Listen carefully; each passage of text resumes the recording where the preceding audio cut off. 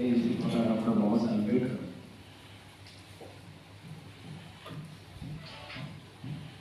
आणि महात्मा ज्योतिबा फुले यांच्या विचारांनी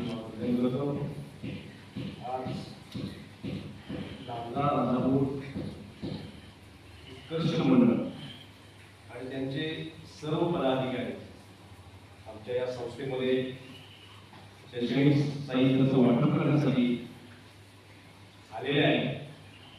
खऱ्या अर्थाने मी त्यांचं मनभरून स्वागत करतो.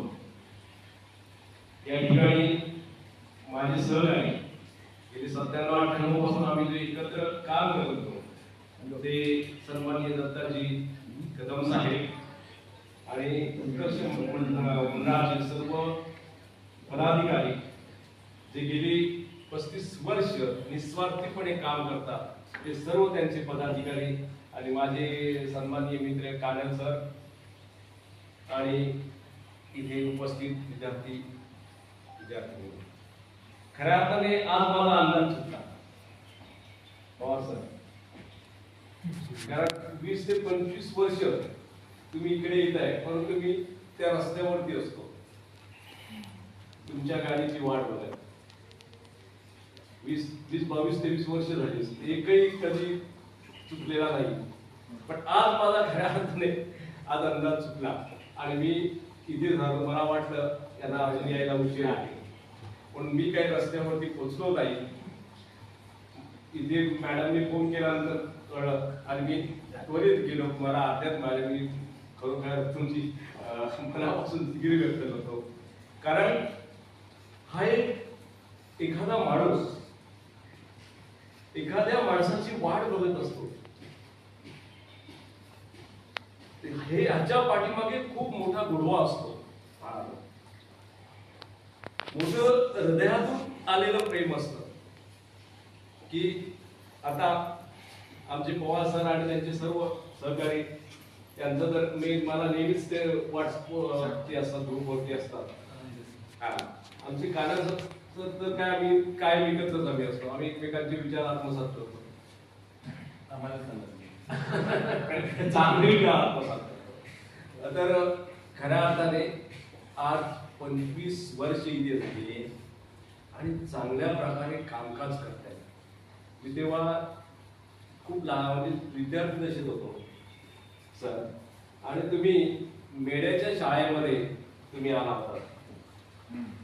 मेढेतर्फे देवळे आमच्या मेढे स्टॉपला झाली तर शाळा आता बंद पडली आणि त्या शाळेत हा कार्यक्रम पाहण्यासाठी मी गेलो होतो. मी तेव्हा विद्यार्थी दशेत होतो म्हणजे आणि तिथे मी कार्यक्रम तो पाहिला आणि त्याच्यानंतर 98 मध्ये बऱ्याच वर्षांनी आम्ही शाळा काढली त्यांच्या संपर्कात आलो आणि आतापर्यंत खऱ्या अर्थाने किती शैक्षणिक साहित्य की तुम्हालाच नव्हे तर संगमेश्वर, लांजा आणि राजापूर या तिन्ही तालुक्यातील जी होटकर विद्यार्थी जी सतत अभ्यास करून पुढे जाणारे विद्यार्थी आहेत त्या विद्यार्थ्यांना खऱ्या अर्थाने या शैक्षणिक साहित्याचा लाभ मिळतो आणि ते लाभ घेत आहे.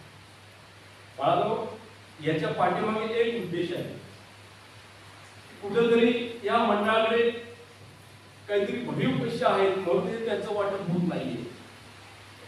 त्यांचा एकच उद्देश असा आहे की तळागाळातल्या माणसाचं मूळ जो शेतकरी आहे जो मजूर आहे त्यांचं मूळ शैक्षणिक प्रवाहामध्ये आलं पाहिजे.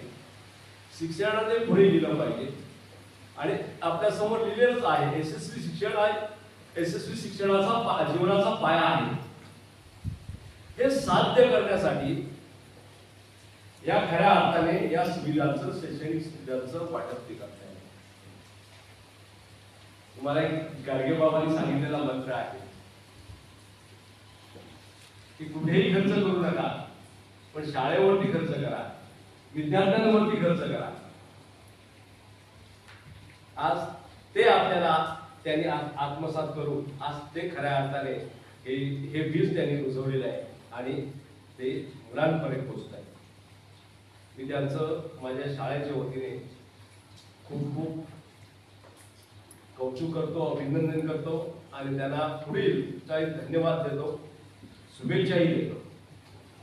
मी खरं तर सर आम्ही आता 3 रूम आमच्या आता बांधण्याचे काम चालू आहे. आमच्याकडे ज्युनियर कॉलेजचा प्रस्ताव आहे पुढचा, तर त्याच्यासाठी आम्ही आता हे बांधकाम आम्ही करतोय. बघूया पुढे जर मान्यता मिळाली तर खूपच चांगलं होईल, कारण इथले विद्यार्थी इथेच थांबतील आणि इथेच शिकून ते 12वी पर्यंत बाहेर पडतील, हा आमचा संस्थेचा उद्देश आहे. आणि खऱ्या अर्थाने मी पुनश्च या नांदा राजापूर उत्कर्ष मंडळाचे खरोखर म्हणजे जेवढे आभार मानावे तेवढे कमीच आहे. आणि असं कार्य कोण मोठे कोणी करताना दिसत नाही. हो हो नक्कीच नक्कीच, पण असं कार्य करताना कोण दिसत नाही. मला एक गोष्ट सांगा, एखाद्या 25 वर्षातल्या आमदारांनी कधी शैक्षणिक साहित्य वाढलंय? स्वतःच्या फंडातून किंवा स्वतःच्या विकतून नाही. ज्यांना आपण तुमचे आई वडील मोठे करतात, जे आमदार होतात, परंतु त्यांनी कधीही असं कार्य केलेलं नाही. आणि सामान्य घरातून जे लोक आले, खऱ्या अर्थाने कष्टकऱ्यांची मुलं आहेत सगळी. यास तुम्हाला जे दिसतात त्यांचे आई वडील काय खूप मोठे श्रीमंत नाहीये, तर ते मोलमजुरी करणारे, शेती करणारे, त्यांची मुलं आज मोठी होऊन तो इतर शेतकऱ्यांची, इतर गरिबांची मुलं शिकावी, त्या शिक्षणासाठी छोटा त्यांचा खारीचा वाटा, जरी ते म्हणत असले तरी मी ते भारीचा वाटा म्हणणार नाही, तो मोठा सिंहाचा वाटा आहे असं मी म्हणे. आणि मी त्याला पुनश्च धन्यवाद देतो. असंच तुमचं कार्य अविरत चालू असू द्या, एवढंच मी सांगू इच्छितो. आणि तुम्हालाही सांगतो याचा उपयोग तुम्ही पुरेपूर केला पाहिजे. हे कशासाठी आहे? मी पुन्हा इथून सांगतोय तुम्हाला की तुम्ही अभ्यास करा. हे जे दप्तर आहे ना, हे तुम्हाला मिळणार आहे. याच्यामध्ये तुम्ही तुमचं वह्या पुस्तकं ठेवायचे, पण त्या कशा ठेवायच्या आहेत? वाचून इथे इथे इथे मस्तकात रुजवून त्या याच्यामध्ये ठेवायचे आहेत.